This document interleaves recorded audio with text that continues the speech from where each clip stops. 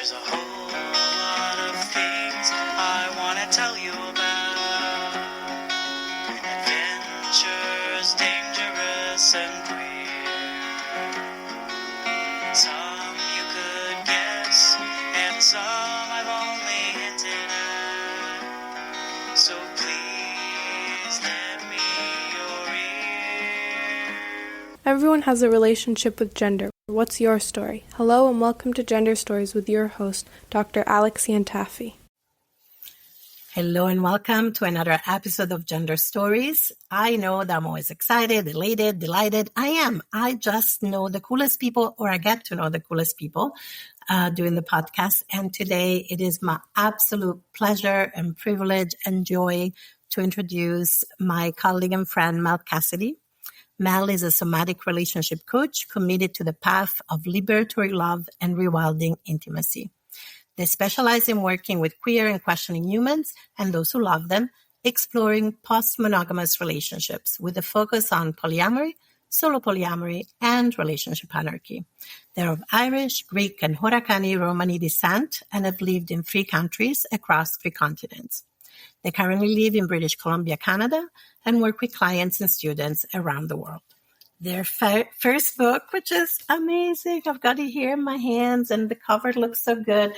Their first book, Radical Relating, a Queer and Polyamory-Informed Guide to Love Beyond the Myth of Monogamy, is published by North Atlantic Books. And I am so excited that I got to not only read a copy in advance, but then get a physical copy. If you're watching on YouTube, you can see just how pretty the cover is. It's just beautiful, kind of orange and pink and purple and blue colors. And I can't wait to talk with you, Mel, about your fantastic book. And I'm not just saying that because I'm cited in it. It's really wonderful. So welcome, Mel. I was wondering if you found where I cited you yet. I did. And I have to say at that moment, especially like the quote, you referenced my work, but then you have this beautiful quote at the beginning of the last chapter. And I was like, where did I write? Oh yeah, that is good. Did I write that? Where did I write that? It was really funny in that moment, but yes, I found it. But maybe, you know what, I'll read it for a minute because I feel that really describes a lot about the connection I felt with you from the moment I've met you, like in terms of, I know we have a shared passion for like somatic work and of course for intentional relating. And I think this quote, I was like, when did I write this? But this is the quote that we're talking about in case you don't have the book yet. What is liberation if not the work of love every day, including love for ourselves because we're not separate from the world? What is love if not liberation for each and every one of us? And I was like, yes, I wholeheartedly believe that. And I think this is a wonderful guide for people who maybe are like, how do I do this, right? If love is the work of liberation, if love is also unlearning, which is something you really do with your clients and with your course of detoxing from monogamy, right? And monogamy culture. Like, how do I do it? And I think this book does give just such wonderful guidance on that. So maybe let's start from why you wrote it, why you wrote the book. I always like to ask that question to authors. I started thinking about writing a book years ago. Like when people ask me, how long did it take you? I'm like, 7 months or 10 years. Like, how are we counting this? Mm-hmm. But, in my early experiences of polyamory, which was, around 2011, 2012, 2013, what I just kept encountering, and like I was very clear, monogamy doesn't feel healthy for me. It's not working for me. And then I dive into polyamory and I'm finding the same unhealthy behaviors being repeated. Mm-hmm. And in some ways, because I was dating more people, I felt like I was getting more exposure to them.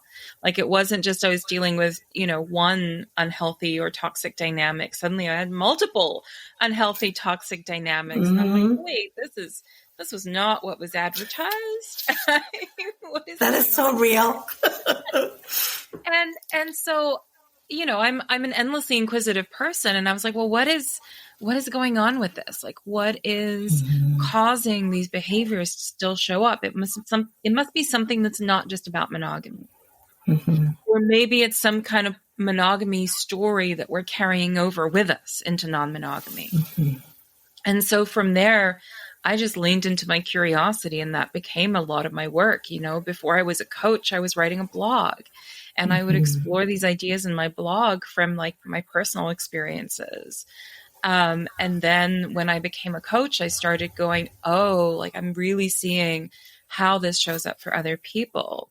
And that led me to go, well, what's the solution? Where are the tools that can support us? And, you know, before I became a coach, I was a body worker. And I knew about somatic work, and I had done, as you know, I did training in somatic movement. And as you know, I've been training in somatic experiencing. And I really felt like there is a more kinder, compassionate way for us to go about relating. And it means we have to slow down. But a lot of us are scared. You know, the nuclear family paradigm we've lived in for 75 years has atrophied our relational skills for being able to be with more people. And we need to get back to basics. So, you know, I think in summary, like the reason I wrote this book is I wanted to offer something as a balm, as like a healing balm for all of the unhealthy behaviors that continued to get perpetuated even in polyamory spaces. Even in some of the like non-monogamy literature we have, there is unhealthy dynamics that are being perpetuated, right? And that's, you know, spread this culture of harm in some cases. And I wanted to offer something that just like, I go back to this Buckminster Fuller quote, you know, you don't fight the existing reality, you create a new paradigm that makes the old one obsolete. That's what I wanted to do. Absolutely. Not ambitious at all as a project, but I relate because I'm all about, I think in a way we're both kind of builders and creators, right? We're really interested in like, but what are the alternatives? What are the other frameworks? What are the other possibilities, right? And I think that's where somatic work can also bring that expansiveness on a really embodied level of like, okay, my nervous system might be experiencing this because of this hangover of monogamy, of the nuclear family, of colonialism, of patriarchy, but I know there is more space as well in my nervous system. I know that liberation is possible. And I love that that is infused all through the book. You've got, you know, wonderful somatic exercises. You have so many tools that you give people. And I love also that this has very much like, there's a queer lens, there's an anarchy lens, right? There's a, you know, relationship anarchy lens. And when I think about when I first came into polyamory, you know, in the late 90s, I was like, okay, I'm done with monogamy. And I was like, I'm so old. And then when I started being openly polyamorous 25 and change years ago, it was such a different landscape, to be completely honest. And I had a very similar experience. I was like, hang on, monogamy sucks in all these ways that didn't work for me and also felt dangerous as well. I think for me, there was this element that I felt there was somewhat a little more safety in not being in a closed monogamous relationship as a survivor of intimate partner violence. And yet here I was finding all the same toxic dynamic, even if it was same gender relationships rather than opposite gender relationships, right? Whether it was with multiple people. So I so related to some of what you were saying. And at the same time, there was so much pushback on really looking at the structural harm, the structural dynamics. You know, there was this idea of like, well, polyamory is revolutionary. And some of us who were minoritized were like, but is it? Or is it just the same shit repackaged and the same people benefit? You know what I'm talking about? Oh, yeah. It's like when soda brands rebrand, it's like brand new look, same great taste. Exactly. It felt a little bit like that. So maybe let's go there. Let's talk about gender specifically, because this is Gender Stories, right? And I sure experienced a lot of really not great dynamics across all my genders, you know, because when I started my polyamorous journey, I was still very femme presenting, queer, but not yet identifying as trans. And then, of course, you know, a few years into that, I transitioned. And I'm really, you do talk about the patriarchy. You do talk about gender in the book as well. So what do you think is the role that gender plays in our relationships, all our relationships, not necessarily just romantic, but I know, just a light question, Mel. Just starting with the easy, small answer questions. Yeah. Right. I mean, I think the most relevant piece of this is the narratives around how we're expected to show up in relationships based on our gender, or even more like based on the sex we were assigned at birth. And that, that plays into this idea of patriarchal monogamy. So that is basically the idea that intimate sexual relationships are between a man and a woman, and the man is going to be like the breadwinner and the provider, and the woman's going to take care of the home and the children, right? And that plays into like that nuclear family, which is, has only been around for 75 years, and yet we think it's like the be all and end all. And so within that paradigm, even when we are going into queering our relationships, a lot of us still feel drawn, like we have to somehow adhere to that. Like I used to live in a rural part of British Columbia, and I ran into so many queer couples who were doing the nuclear family. They had their queer nuclear family, and I was very perplexed. And I was like, oh yeah, like I hate saying it, but like I can see who wears the proverbial pants in the relationship, because you've really leaned into just reascribing those gender roles between you. And like, I don't want to shame anyone for doing that, because I think that's a survival strategy, right? Absolutely. We blend into the dominant paradigm in order to survive. And sometimes I think we need to do that in a like masking way. But what are we doing on the inside? Like, how are we navigating that internally? And so where I think it comes in interesting as well is like the way that we are relating to other genders and the expectations we may have on them based on, again, those patriarchal monogamous scripts. One of the pieces that I confronted very early on was this narrative of like, men are always going to be pursuing sex, and they always are horny, and they always want to fuck. And women are the gatekeepers of sex, and we decide whether the sex gets to happen or not, hopefully. And also this like decentering, like, oh, women don't feel pleasure, or like stories like, oh, women aren't, visually aroused and things like that. And I remember encountering these ideas and going like, what? That's what you expect woman to be? Maybe I'm not woman. I mean, that was part of my own gender awakening, but, also just kind of being in that space of going, oh no, this all feels like bullshit. It all feels like there's all these stories of how we're supposed to relate to other people, and we default to them because it feels easier to have a script.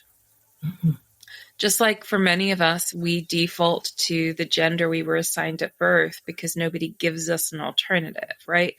It's a script that's given. You're going to wear this dress. You're going to put this bow in your hair. You're going to do X, Y, Z. And then that's good. And you don't have to think about it. And so to challenge that, there's a whole debate about whether polyamory is an orientation or not. And I would say in the book, like, I don't think polyamory itself is the orientation. I think non-monogamy is the orientation. I agree. And polyamory is one of many ways that you could manifest that orientation. But I think there's something to be said for queering up the way we do relationships in the same way that we can queer our gender experience, in the same way that we queer our sexuality. We can queer the way we're doing relationships. And one of the ways we can do that is challenging the gender-based assumptions, basically. Absolutely. And that is, something that if we're not careful, anyone can perpetuate, right? Because it's like, that's the other thing that I think it's easy to think, well, only cis people perpetuate, right, gender stereotypes. And I was like, no, we are all shaped by narratives of gender in a lot of ways. And so it's been really interesting, even, whether it's T4T relationships or trans and cis relationships. I still found that, for example, because often, And this is very cisgenderist, but sometimes we're like, oh, but you have such feminine, right, in air quote, energy, right? Like my masculinity, so to speak, even those words are all like, what do they even mean, right? It's very feminine. And then I'm like, well, what does that mean? Then I'm going to end up with a lot of emotional labor, which often seems to be the case, right? And even when you try to have those conversations, then people hide sometimes behind identities, right? Well, this couldn't possibly be a gender dynamic because it's a same gender relationship or it's a T for T relationship. I was like,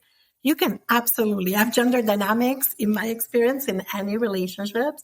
And so, yes, it is that how do we queer all these stories and really able to step back, don't take things personally and be like, okay, how have I been shaped? What do I want to keep? What do I want to filter through? What do I want to negotiate? And how do I do it? Because I think otherwise people take it very personally, right? It's like, well, I couldn't possibly be a toxic masculinity. I'm like, a non-binary person. I was like, I feel like anybody can perpetuate toxic cisgenderism or masculinity or whatever we call it. Does that make sense what I'm talking about? Yeah. And I would draw a parallel, like when someone is transitioning away from a gender script that they were given that doesn't match who they are, you are still in a process of unlearning, right? You're Absolutely. in a perpetual process of unlearning. That process of unlearning is going to be lifelong. And there's always going to be things, and it's painful when it comes up, right? Yeah. It's painful when someone else calls you in on it, or you catch yourself doing something that you're like, oh, I just did that because I was told if I do that, I'm a good girl or a good boy, right? And I think there's something similar when we're coming out of mononormativity and exploring non-monogamy or post-monogamous relationships. There's a pain and a grief around, oh my God, I just acted from a monogamous paradigm. Why am I behaving in this way? Why is it so hard to shake this feeling of like possession or jealousy or insecurity around what's happening in my polycule? And, and I think in the same way as we approach that in gender, we have to really develop self-compassion. Yeah. And we also really have to hold space that's compassionate for other people. Like this is one of the things I talk about in the book. You have to have permission to be messy. You have to embrace the mess. It doesn't mean you go seek it out, but that we have to let go of the way that perfectionism is weaponized. And we weaponize it against ourselves. And then we weaponize it against others because it's been weaponized against us by white supremacy culture. And so we really have to let go of that and make it okay for there to be messiness and have the tools that we can be with the messiness, right? That we can somatically engage of like, okay, that wasn't great. That hurt.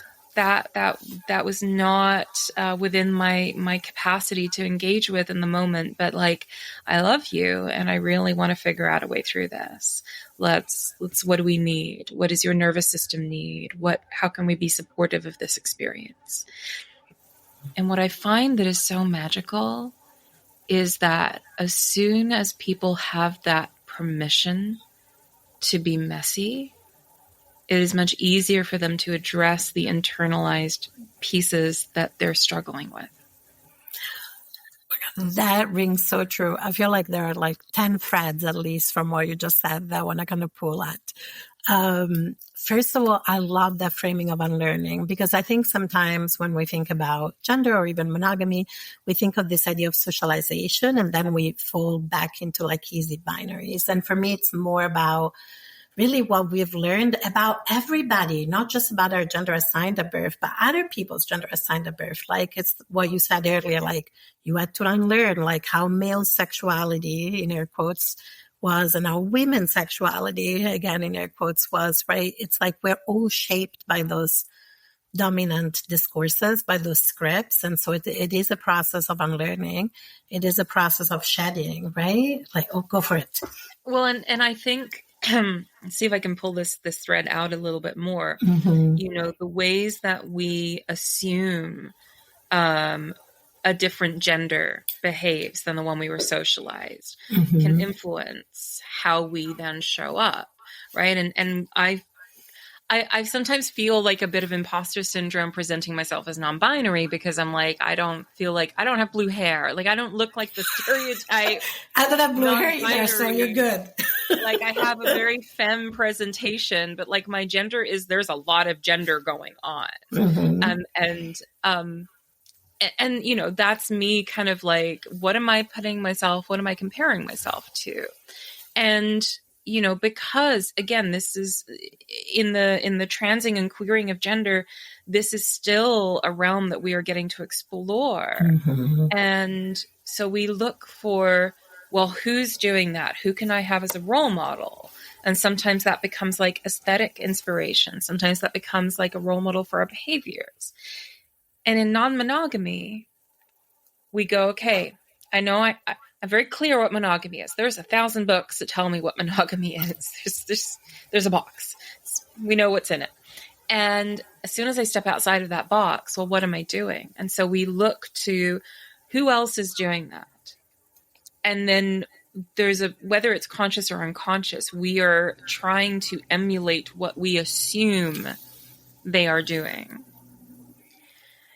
And, you know, sometimes that might work for you, but you could have 100 people in the room who are non-monogamous, and you will have 100 different approaches to non-monogamy. So the way that somebody else has done it is not necessarily the way that you are going to do it. And I think one of the skills that we've kind of lost as a culture is that ability to really discern for ourselves what we need, right? We've kind of gotten used to like, here's the limited menu, and you can only have one of these options. Just like you can either be a boy or a girl. Yes. And so you can either be, you know, monogamous this way or non-monogamous in one of these 3 or 4 ways. And I really want to blast that open, because I think what works for me is going to be different for what works for you. And it's going to be different than works for a friend. And yet that doesn't mean that they're incompatible, right? Because there can be similar values driving it. There can be overlap of needs and overlap around where we are compatible and where we can integrate together. And I think to have the tools to understand that, the tools to map that out, rather than just following Google Maps giving you directions, right? Yes. That's, again, this is coming back to like, why did I write the book? That's what I really hope people will get from the book, is that this is a map. This is not just follow from A to B to C. It's not just directions. It's teaching you how to map it out. And that's what I love about the book so much, this wonderful book. I'm just going to show it again because I really love this cover, by the way. It's just beautiful art. But what I really love about this book is this kind of like, there is no one size fits all. And I think sometimes people get so stuck with like the labels and the rules, right? Even when I'm training therapists around working with non-monogamy or working with mixed orientation relationships in any kind of way, people are like, but what about contracts? What about agreements, right? And I have a deep hate of relational contracts. And if they work for you, that's great. I am not like a contract person. I don't know if it's because I have a lot of water in my astrological chart or whatever it is, but I am like, if you give me a relationship contract, I'm like, what does this even mean? Because also then you have to unpack every piece, right? And I've seen it go very wrong, right? As a couples therapist, as a family therapist, I've seen that go really wrong. And we could talk about all the things that I've seen go very wrong, but and in my own life too.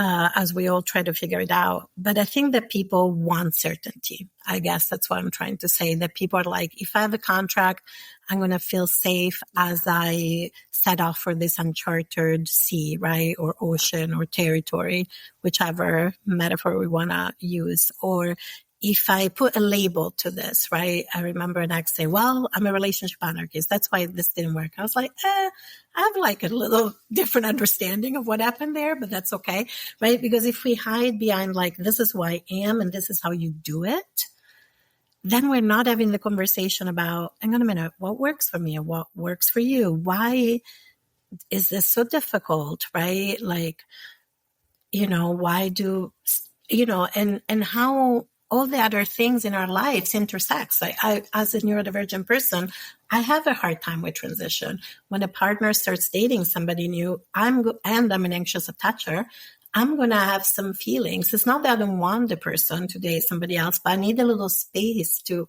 adapt and get used to like different dynamics. And, and sometimes it's easier than others. And in my experience, it's like the more openness there is to like, you get to have your feelings, I get to have my feelings. We can talk about it. We can figure out if there's anything that needs to be adjusted. But ultimately, we know that we want each other's well-being and happiness. And that's the North Star, for want of a better word, if we stay with this navigation metaphor. That for me is where the magic is. That's for me what has worked in my longest term relationships, whether it's romantic relationship, whether it's friendships, whether it's collaborations. I don't know. Does that make sense what I'm saying? Yeah, it absolutely does. And this kind of ties in with one of the concepts I talk about in the book, which is these layers of relating. Yes. We very often jump to the deepest layer by making an assumption. So these layers are awareness, safety, intimacy, and relationship. And at the beginning of a relationship, we don't actually know what's going to happen, right? Yeah. We assume we know who the other person is. We can feel into the potential of a connection. We're like, oh, this is nice chemistry. There's something possible here. Let's see what happens. And then we're lending our trust to that fantasy. And over time, we're going to discover, okay, here's where the fantasy is accurate. Here's where it's not accurate, right? But, and I think like when we feel that fantasy is being challenged, there are all these ways that we will try to grasp onto the fantasy and the prescriptive labeling, the contract making, the rules, all of that. It very often is coming from that place of like, I'm really trying to hold on to a fantasy that I'm not ready to let go of. Yeah. Like it's a grief process, essentially. Oh, absolutely. I've been there. Yeah. And so, one of the things that we have to learn how to do is just slow down our process of genuinely moving into relationship. But to do that, we have to have other things in our life that are supporting us with a sense of relational security, attachment, selfhood, all of those pieces. Because if your entire sense of self safety is relying on a partnership, and that's why you're like leaning in to be like, we are going to label this, we're going to lock this in because that's what I've learned to do in monogamy culture. And then your fantasy of that relationship turns out to be more fantasy than reality. You're going to find yourself feeling very destabilized, right? It's a high level of distress. And I've been there. I'm sure. Same. And we've probably both seen lots of people going there. And it's not an impossible place to get out of, but it's a place where there's so much grief and a lot of loss. And it can be a journey to come out of that and recognize that it's not you. Like, we live in a culture that has denied us access to more support. And I love we're going to get it from monogamy. Exactly. I love that. And I love that you write about this in the book as well a little bit when you talk about, self-abandonment, right? And that's something that, for example, I really, the last breakup, one of the gifts of that has been that I really focused on like, what would it look like not to abandon myself, so that by the time the relationship shifted or could have shifted or ended, whatever, it wasn't as hard as it's been in the past, because actually I felt very grounded in myself, if that makes sense, right? And I think that's one of the things that often traditional ideas of monogamy, but even in non-monogamy, there can be some of that. It's like we don't need to self-abandon to be in relationship with others. In fact, the the less we self-abandon, the better the relationship, in my experience, right? The more we're rooted in like, this is who I am. These are my needs and wants. Sometimes there's going to be convergence. Sometimes there's going to be divergence. If they were converging with somebody else and then they diverge, can we change the relational container rather than put into question the whole connection? Does that, and I think that's really hard for folks to do. I think often I've done it myself. I've seen other people do it. We're still attached, but this is what this relationship is, right? And then, Mm-hmm. Well, there's a romanticization of that self-abandonment. Yes, absolutely. I talk about it in the book as like a litany, right? We have this kind of narrative that we put in our minds of like, I have to keep doing this. I have to sacrifice. I have to put myself aside in order to demonstrate my love for this other person. And as you said, like it impacts the quality of relationships. I mean, for me, on the receiving end of that, when I recognize that I have a partner or even a friend who's doing that, it's really hard for me to trust them. Yes. Because if you're sacrificing yourself, that means you're ignoring your no. So how can I possibly trust your yes? Exactly. I love that. I talk about that with people all the time. If I can't trust your no, I can't trust your yes, right? That's why we want to be authentic in relationship, to really show up authentically in relationships. But that's still so hard for people to do because there's this fear. If I show up authentically, am I still going to be worthy of love, right? Is that such deep fears for belonging, And there's another layer of that, which is, what becomes possible when we're honoring ourselves. And I always come back to the role of self-relationship in being resilient against dominant culture, right? And of course, we're living in a time right now. I have the privilege of being north of the border, but even here we're seeing things too. And like there's, in the face of white supremacy, in the face of fascism, in the face of a lot of different systems that really thrive on people feeling unworthy, of people thrive on people feeling powerless, self-honoring, not abandoning yourself, knowing your power, showing up to your relationships authentically and truthfully. These are all skills that will terrify those powers. And I truly think this is, why they are so scared of trans and queer and absolutely anarchy, because we say we don't recognize your power over us. Yes. 100%. Yeah. Oh, sorry. I got excited. Yes. It is exciting. We thrive in spite of their oppression, because their rules don't even apply to us.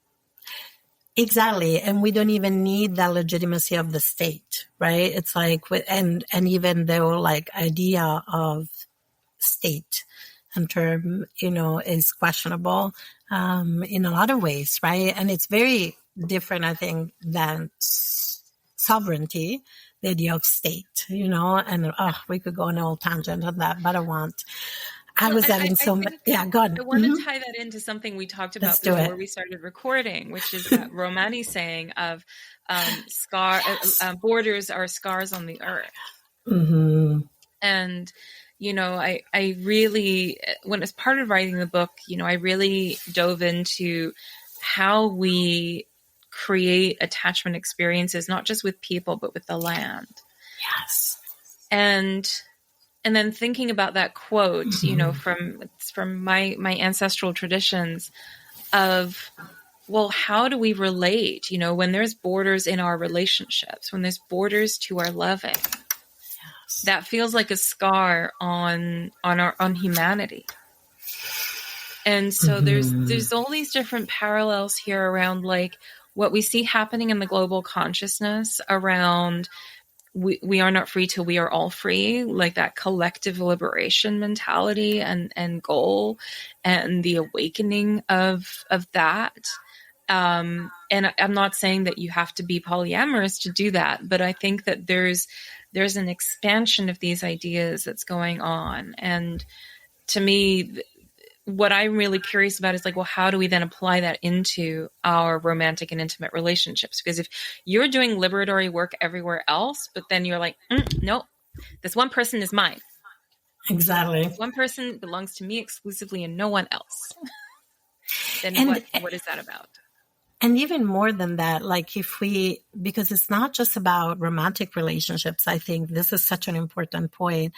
It's also about all our relationships, right? It's about resources, right? If, for example, I only share my resources, whether they're financial, emotional, cognitive, with like my family of origin, right? It's like, well, what does that mean, right? And I've seen so many people, even so many queer people, sometimes fall back on like differentiating between whether it's family of origin or whether this is my family, right? And I'm like, rather than other people in community, because I don't think it's just about romantic relationship. I think it's also about how we show up to our friendships, how we show up to community, whether we feel like, whatever kind of wealth we have. It doesn't have to be financial wealth. It can also be like stability. It can be stable housing. It can be wealth of knowledge, right? It can be having access to networks, like, right, there are so many different kinds of wealth, but if we hoard it, I think in certain ways, that is also not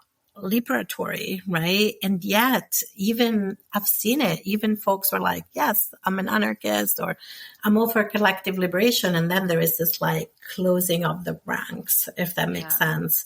And we can have boundaries around how we share. Absolutely. Right? Of course. We don't have to just like go full communitarian, but I think it's not being so precious with it in a sense of like, and I think that also invites us to really see the humanity in each other, really see the deep truth that each person can hold, and the needs that we all have.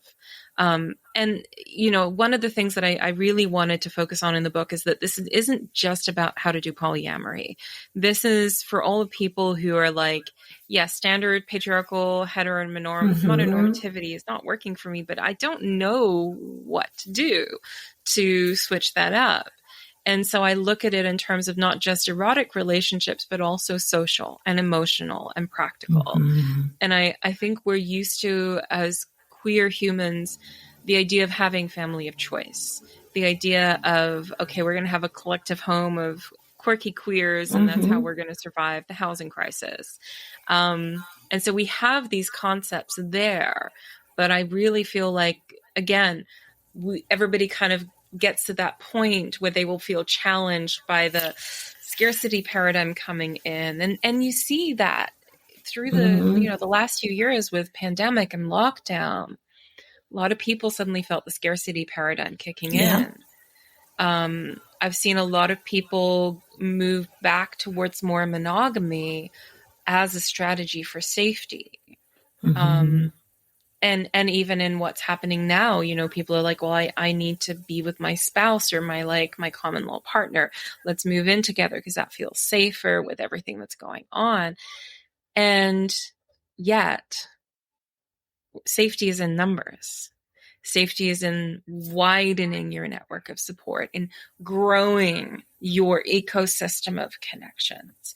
And that doesn't mean you have to go date everybody, but it does mean, like, how do you share your resources with more people? How do you invite more people into your spheres of love and intimacy?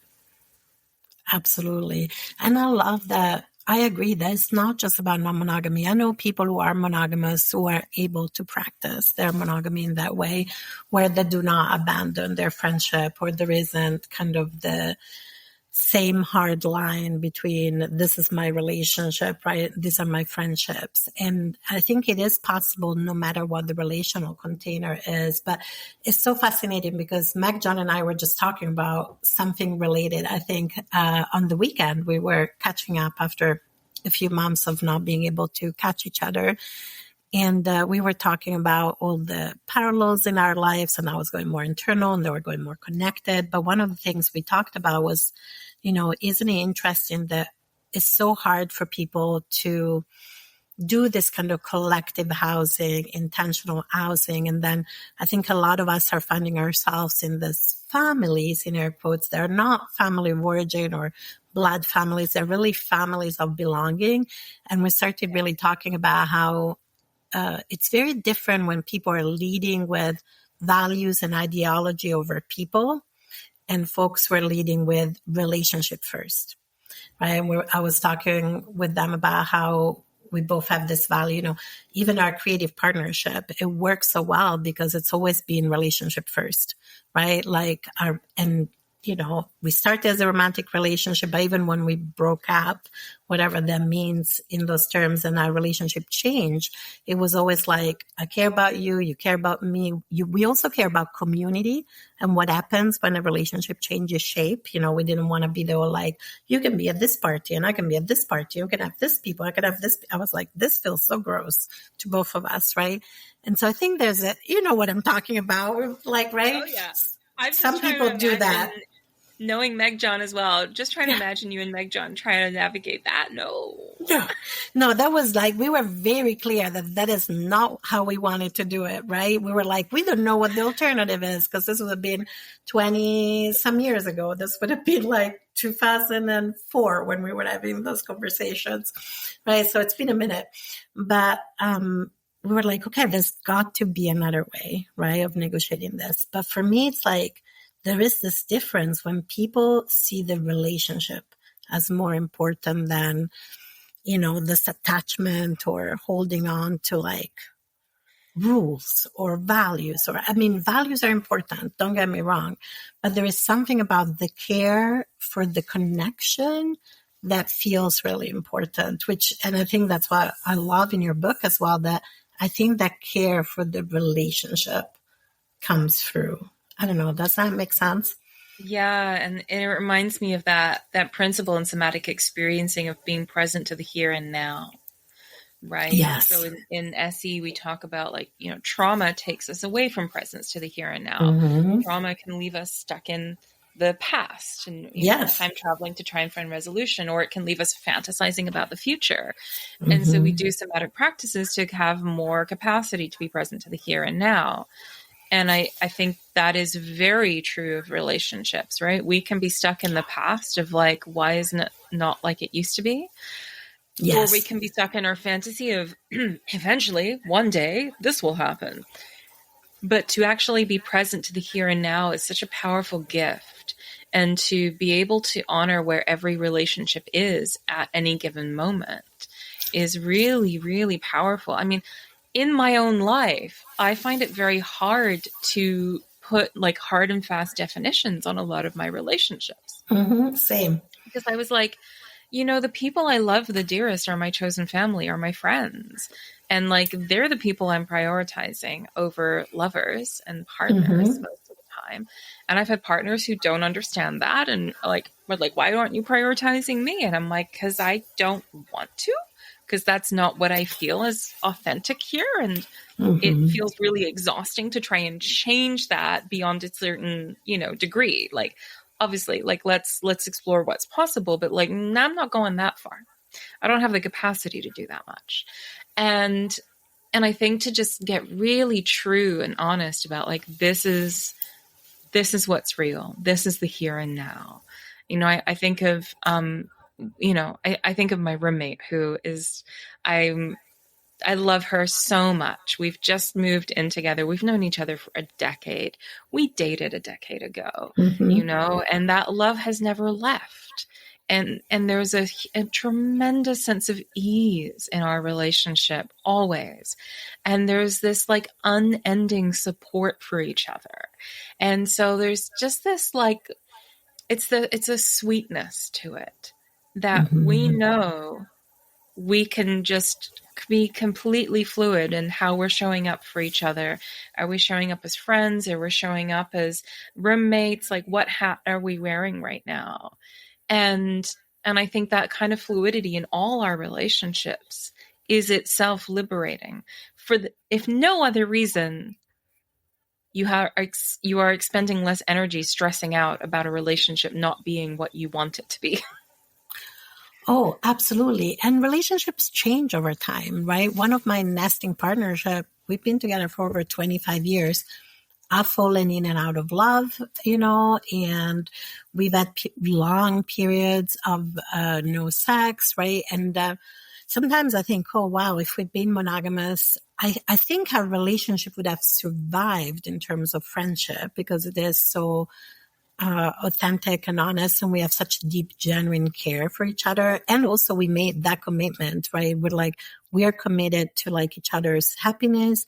Our friendship is way more important than any other.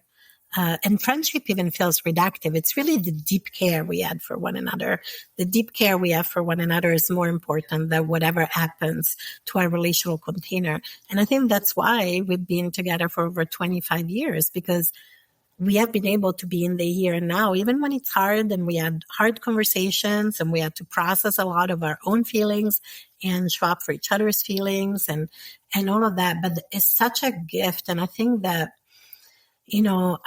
there's a few connections. One is that to me, it does connect to this idea of borders, right? It's when we create those rigid borders, even between type of relationships, right? And then another piece of that we don't there's something about when we label relationships in ways that are so rigid. I don't think we can honor the here and now, right? I know that culturally, one of the things I often talk about is I don't understand dating. Dating is it's still, I've lived in Anglo-dominant speaking countries for 32 years, and I couldn't give you a definition of dating. I'm is this a Hulu trial? 30 days, and then you decide if this person passes the, I'm okay, we're getting to know each other. We might be in an initial stage of relationship, and then we might decide where that maybe friendship is a good relational container. We might decide we're compatible sexually, but not romantically. We might decide we're one thing and then another. But I find that people often want to make those distinctions, right? Well, now we're dating. Now it's there's even somebody who's small R relationship, big R relationship. I was I don't know what that means. They're all relationships, right? It's if I go visit another land, I'm going to be in a temporary relationship with that land and place, and I want to honor it, and I want to be respectful, even if it's not a long-term relationship, right? Yeah. Similarly, for me with people, I'm even if it's a hookup, I still want to be really, I want to honor the here and now. And that seems really something that's really hard for a lot of folks, especially white folks, to capture. I don't know. I saw you smile, so I don't know. Yeah, when we've been taught that sex is the measure of success in relationship, and yes. You have hot sex, that means you have to spend your life with this person. Those narratives, it puts a lot of weight on the sex. And so, yeah. People go into distress of the sex isn't the same, or we haven't had sex in a week or something. And I'm a week? That's not long at all. That's not very long at all. I agree. But, for some people that feels like an eternity. Mm-hmm. And I think honoring that we as human beings change, as people we change, as we age we change, our bodies physiologically change. And I think of it as there's a change in the seasons. Over time, any ecosystem changes. Where I used to live, there's a beautiful, beautiful river, the Puntledge River or Pentlek River. Mm. And I wrote a lot of this book sitting next to the river. I did a lot of my editing there. And every summer when I would go down there, and every summer there'd be a little more erosion, and there'd be new plants that turned up, and there'd be slight shifts in the ecosystem. And then maybe some part crumbled away and a tree had fallen down, Ecosystems are not static. Mm-hmm. Nothing in nature is static, not even the rock. And so as relationships, and this goes back to that metaphor I use in the book of the relationship ecology and the relationship landscape, sometimes we have a relationship and it's over here in this part of our garden, and it's like, it's not thriving here. It used to thrive here. We need to transplant this to somewhere where it's going to be better nourished. It's going to get better water. It's going to get better nutrients. Sometimes, we need to bring in more nutrients. So we need to do some work to replenish what's supporting this relationship. But it's okay to move them around, and it's okay to honor that your ecosystem does change, because that is the nature. That is the only constant in the universe, change. Absolutely. And how important it is to like be authentic, and also really recognize that in relationships, we might change at different paces. And so there might also be a little bit of like imbalance as we go through those changes, or, like just like in nature, right? As things change, there can be some, it's not always pleasant. It's not always pretty. And I think that we are so, I don't know, sometimes it feels like whether it's capitalism, whether it's patriarchy, whether it's colonialism or white supremacy, we have become so attached to things being neatly packaged. And like, this is what this is, right? And this is the right way to do it. And this is the wrong way to do it. And I don't think that any relationships can be that way, just like the ecosystems are not that way. We shift and change, we adapt, we figure it out. And if we are not willing to do that, I think that a lot of pain then can be caused to ourselves and each other. And I've definitely done it. I've had the grasping, right? And I understand it. I have a lot of empathy for it. But I know the more I can be really honest and authentic and vulnerable, then the more authentic and honest and vulnerable my relationships are, if that's reciprocated, if that makes sense. Yeah. And that's where I feel like the somatic practices, again, come in so helpful, because they help us stay soft and open. And to go back to the book, I intersperse the chapters with these somatic pauses, with relational practices, with reflective journaling prompts, because I see so often when we get scared, we disconnect from our own softness and we go into like an intellectual rigidity as a strategy for dealing with overwhelm.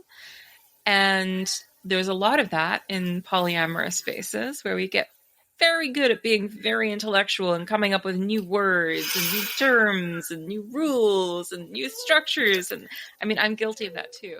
But, so many words and so many rules. That's real. But, to soften that, to make this something that is more of an embodied journey into the book. Like for the book launch online, I was like, I don't want to do a book reading. We're going to do a book experiencing. And so there's some art in the book. And the artist, Joan Trim-Pham, who I've known for years, and is just the most wonderful human, she took that art and she created coloring pages based on it. So we gave people a blank coloring page so that they could engage with the book in a different way. And so now we've put that together to be like a little side thing that people can buy on my website of like, you can have this other way to engage in this. And I'm really excited to see how people take that invitation and like, explore it to its possibilities of, how do you make this an engaged, embodied practice for yourself? That this is not just an intellectual, theoretical exercise. My invitation to you is very much put this into practice. How do you live and breathe in a more radical way in the ways that you are relating, not just in your intimate relationships, but with everybody, because our world needs it. Exactly. And I was trying to find one of the beautiful illustrations, but I was so engrossed in what you were saying that I couldn't pay attention to two things at once. But the illustrations are really beautiful. And of course, when you're looking for something, you can never find it. Oh, I can show you. This is one of my favorite. Oh my God, that's the one that I was looking for. I was like, that's one of my favorites. Oh my God, that is so funny. I was like, this is the one. I mean, I found other pictures, but I was like, this is the one I'm looking for. It's just this beautiful illustration, and it just feels so, because it is a relational landscape, and it's so gorgeous. if you're on YouTube, you can see it. And if you're just listening to this, you might have to go to the YouTube episode and watch towards the end to see the picture. Mm-hmm. With the art, the idea was that each of these quadrants have different qualities to them. So like the emotional quadrant is all about the heart, and the heart is, takes on the quality of water because emotions are fluid. And so Joan drew all these all these. I know, that's why I have like my heart t-shirt. Your heart t-shirt. and it's this like fluid landscape. So there's water and there's like a lotus flower in there. And then we look at practical, and practical's earth. And so there's a lot more roots and stones and soil. And then the erotic is fire. And so it's more of like an arid desert, beautiful landscape. There's a cactus in there. And, the social landscape is more about air, because intellect and ideas and the sound and the sharing of ideas. And so there's more like kind of breezy birch trees and like the way that Joan Joan has a gift for taking these very complex ideas and synthesizing them into art. And so I wanted to include them because I think it's another way that we can engage. And then when you see these things out in nature, maybe you will be reminded of these concepts. Absolutely. I love that. I love that. I was like, that's exactly the illustration I was looking for. Oh, I feel like I could just be having this conversation forever. It's like, it's such nourishment to talk about all of this. And I love that we started talking about, love as a practice of liberation. And in a way that this is what I really, really love about this book, is that it gives tools for that practice. And when I think about how hard I had to, I might get a little emotional because it was really hard over the last, 25 plus years to figure out, well, what kind of relationship am I going to have if I'm not going to do this monogamous relationship, right? There were not a lot of examples, the free love folks of the 70s. It did not look appealing. There were a lot of really real issues with patriarchy there. I mean, hearts and stars. I also have a lot of gratitude. And, their polyamory was not my polyamory. And then there was like the excitement when relationship anarchy came out as a framework, which I also have a lot of thoughts about that gets weaponized in interesting ways, I think, as a term, but that's a whole other conversation. And so I love that we started from love as practice of liberation, and that we are ending kind of our episode, much as I would like to keep talking, and we'll have to have more conversation about how it's also a skillful practice. And this is, I think, what this book is about. It's like, how do we get the skills? What are the skills? What are the ways of practicing those skills? Because I would have loved to have this book in my hands 25 years ago, and in the hands of my nursing partner at the time, where, God bless him, was like, well, I want to be in your life, so I guess we'll figure it out. That was literally our relationship agreement.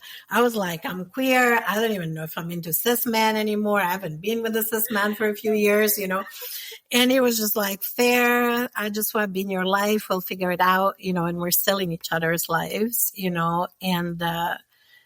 and that for me, like if we had this, I think I would have spared myself and probably other people, I'm sure other people, a lot of pain, and so I love it. I love that we have a guide, a map for some skills and some practices that I think anybody, queer or not, polyamorous or not, monogamous or not, can benefit from. I really think your book is such medicine and such a gift to the world. So thank you for writing it. Truly. Oh, thank you, Alex. Yeah. I really mean it. I'm just going to that's why I'm I slowed myself down, because I'm I do have a lot of gratitude for this. As I was reading it, I did tear up a few times and go, oh, I wish I'd known that. Oh, I wish I could go back in time and tell that to my 20 something years old, right? I wish I could tell that to my 30 something years old, right? And what a beautiful thing to see it being birthed into the world. And I don't think it's an accident that so many of us are thinking about relationships and relating this year. So many of us have books like Dean Spade, who I interviewed last week or the week before, What is Time, has a book on relationships, right? So watch out for the episode. Gender Stories listeners, you have a book about relationship. Mac John and I have a book about relationship. Tak Molloy has a book about relationships. It's like there is such hunger for those tools for this practice. So thank you. Oh. And the world is also a lot. So one of the questions I've been asking all my guests when we come towards the end of the episode is, what is in your life at the moment? Maybe a practice, maybe something, anything really, that's bringing you pleasure or nourishment or comfort, or just simply some spaciousness and a little breath. I just moved a few weeks ago, and last night I was like, I need to take myself for a walk in the neighborhood. It was like one of the last kind of warm evenings that we'll have, I think, for a while. And I ended up in the park nearby and just sitting on the swings. And I looked up and I could see stars. And I was like, yes, I can see the stars. And there's just something lovely whenever I sit on a swing set, that sense of play that comes back, that reminder of the joyful child that has no burdens, has no constrictions put on them yet. And I just sat there kicking my feet back and forth, and it was the most soothing, grounding evening for me. Because I was also in nature and just like smelling the smell of the earth that I'm around now, and noticing how it's different from what I've been used to for the last few years. And just that, like, there's something about being in nature helps me connect more deeply to myself. And I'm really grateful that I have access to that, like really close by. And like, I'm in a pretty urban area, but that there's always those little gems that you can find. And so for me, it's the times I get to spend in nature. I love that. And I feel that I was just in my amok in nature yesterday going, oh yes, the trees and the birds, and the sky and the clouds. It's like so yummy and beautiful. And is there anything that we haven't talked about that you hope that we would talk about, or anything that you want to leave the Gender Stories listeners or watchers, for those of you who are watching on YouTube, with? I feel like there's things we could talk about for hours and hours and hours and hours, which I think we're going to have a chance to, because we're going to be presenting at a conference together later this year. And I think I just want to thank you, because you are, I know you were like, oh gosh, I'm old, but you are one of the elders. I'm sure that comes with mixed feeling, but I think of eldership not just about age. Eldership is around wisdom and the sharing of wisdom. And this work isn't possible without the elders who have come before.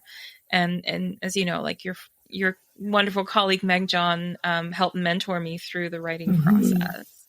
And I'm indebted to them for this too. And there are so many incredible elders that bring their wisdom to this, and that have also brought their misadventures to this, world of non-monogamy, that I think we're all collectively unpacking, going, how do we do this in better ways?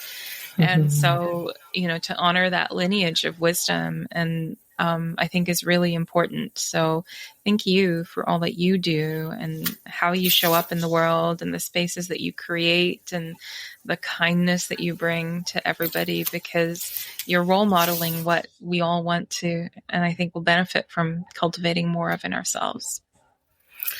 Oh, thank you. I still feel like such a mess, which is why whenever anybody uses the word elder, I was like, I have so much to learn still. Embrace the mess. It's great. The mess is the message, as Meg John has taught me, and don't we just learn in the mess, just like kids play with, mud and figure out what to do with it. And I think that that's the other thing, that there is you talk about such important topics, but there is also a wonder and the beauty and the playfulness all through. And I really love that. Everything is held with very open hands, I feel. And that's also my experience as I've been getting to know you, through our conversations, that spaciousness, and I so appreciate it. So thank you. Thank you for birthing this book, and thank you for all the work that you do outside of writing this book, of coaching people, holding people as they navigate this. And dear Gender Stories listeners, thank you for listening or watching if you're watching this on YouTube. And I hope that whatever your relational container, you can find ways of loving that truly feel free and liberated for you and for the people around you. And until next time.